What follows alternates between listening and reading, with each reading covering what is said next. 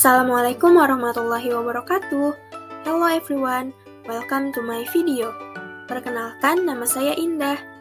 Dalam video ini, saya akan menjelaskan tentang chemical calculation in mole concept, atau perhitungan kimia dalam konsep mol. Setelah menonton video ini, kalian diharapkan dapat menjelaskan tentang konsep mol, dapat memahami hubungan antara mol dengan jumlah partikel zat, dapat memahami hubungan antara mol dengan massa molar, dan dapat memahami hubungan antara mol dengan volume molar gas. Namun, terdapat materi prasyarat yang mana sudah dipelajari pada materi sebelumnya, yaitu mampu menyelesaikan perhitungan matematika dasar dan memahami perhitungan massa atom relatif dan massa molekul relatif. Mari kita eksplor terlebih dahulu aplikasi dari perhitungan kimia. Ketika kita membeli sesuatu, pasti kita menggunakan yang namanya satuan jumlah. Misalnya membeli 1 kg beras, membeli minuman 200 ml, atau membeli pisang sebanyak 1 lusin. Tapi, bagaimana jika kita ingin mengukur jumlah dari partikel yang ada di dalamnya? Sebagai contoh, di dalam 1 gram emas terdapat 10⁻20 butir atom emas, dan di dalam 1 mili air mengandung lebih dari 10⁻20 molekul air. Bukankah akan sulit untuk menghitungnya? Maka, jumlah partikel zat yang banyak itu harus dinyatakan dengan satuan jumlah. Dalam ilmu kimia, satuan untuk menyatakan jumlah zat dikenal dengan mol. Jadi, apa itu mol? Mol adalah satuan yang menyatakan jumlah partikel zat seperti atom, molekul, dan ion. Berdasarkan hasil penelitian Joseph Loschmidt yang diperkuat oleh Avogadro, dalam 12 gram atom karbon 12 terdapat 6,02 kali 10⁻23 butiran atom. Bilangan ini disebut tetapan Avogadro yang diberi lambang L untuk menghormati Loschmidt. Dari sini dinyatakan bahwa 1 mol zat sama dengan 6,02 kali 10⁻23 partikel. Konsep mol ini berhubungan dengan 3 hal.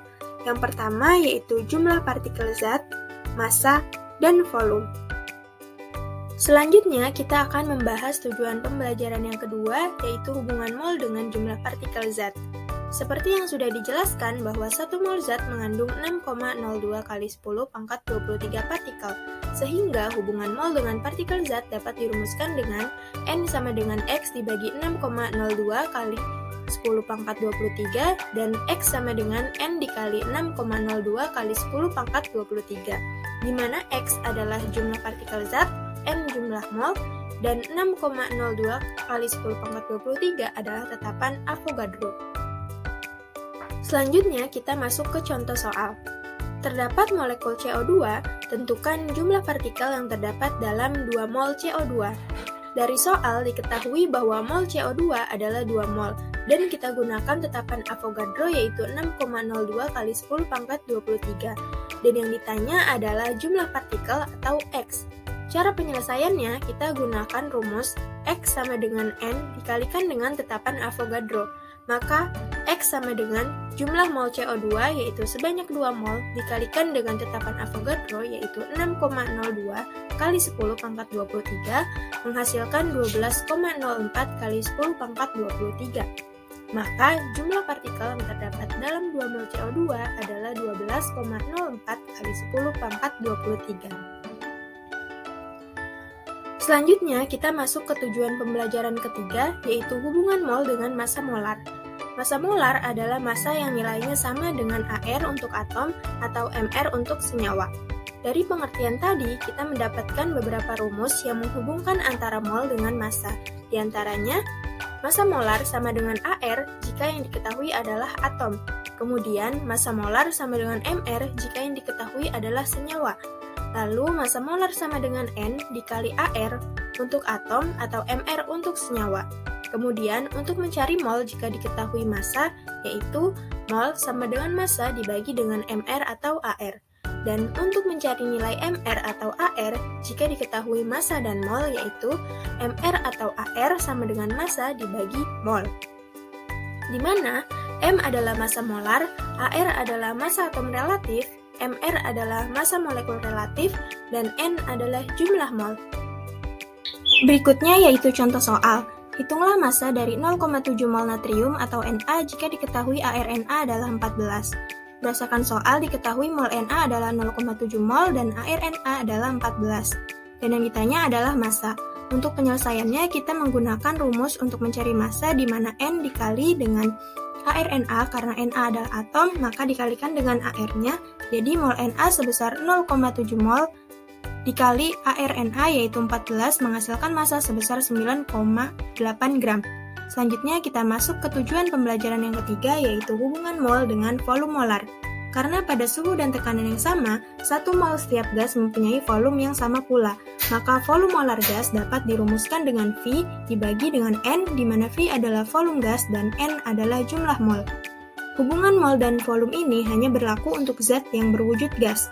Volume molar gas bergantung pada suhu dan tekanan, sehingga ada beberapa kondisi atau keadaan yang perlu diperhatikan. Yang pertama yaitu keadaan standar. Kondisi dengan suhu 0 derajat Celcius dan tekanan 1 atmosfer disebut keadaan standar dengan volume molar gas adalah 22,4 liter dan dinyatakan dengan STP atau Standard Temperature and Pressure. Berdasarkan definisi tersebut, kita dapatkan rumus V sama dengan N dikalikan dengan volume molar gas yaitu 22,4 liter. Dengan V yaitu volume, N adalah jumlah mol dan 22,4 liter adalah volume molar dalam keadaan standar. Selanjutnya yaitu keadaan kamar. Kondisi pengukuran gas pada suhu 25 derajat Celcius dan tekanan 1 atmosfer disebut keadaan kamar dan dinyatakan dengan RTP atau Room Temperature and Pressure. Untuk mencari volume dapat menggunakan persamaan gas ideal, yaitu V sama dengan nRT per P, dengan P adalah tekanan, V volume gas, N adalah jumlah mol, dan R adalah tetapan gas, yaitu 0,082 liter atmosfer per mol Kelvin. Dan T adalah suhu, yaitu 25 derajat Celcius, dikonversi menjadi Kelvin, dengan ditambah 273 menghasilkan 298 Kelvin. Selanjutnya yang ketiga yaitu keadaan dengan suhu dan tekanan tertentu. Rumusnya masih sama yaitu menggunakan persamaan gas ideal yaitu V sama dengan nRT per P. Yang membedakan hanyalah nilai dari suhu dan yang diketahui berdasarkan soal. Dan yang terakhir yaitu keadaan yang mengacu pada keadaan gas lain. Pada suhu dan tekanan yang sama, volume gas hanya bergantung pada jumlah molnya, maka berlaku V1 per V2 sama dengan N1 per N2 atau N1 per V1 sama dengan N2 per V2. Selanjutnya terdapat jembatan mol yang memuat hubungan timbal balik antara mol dengan jumlah partikel, massa, dan volume. Kalian dapat menggunakan jembatan mol ini untuk mempermudah memahami materi konsep mol. Berikut terdapat latihan soal untuk mengukur kemampuan kalian setelah menonton video ini. Sekian penjelasan mengenai perhitungan kimia dalam konsep mol. Semoga video ini dapat bermanfaat. Wassalamualaikum warahmatullahi wabarakatuh.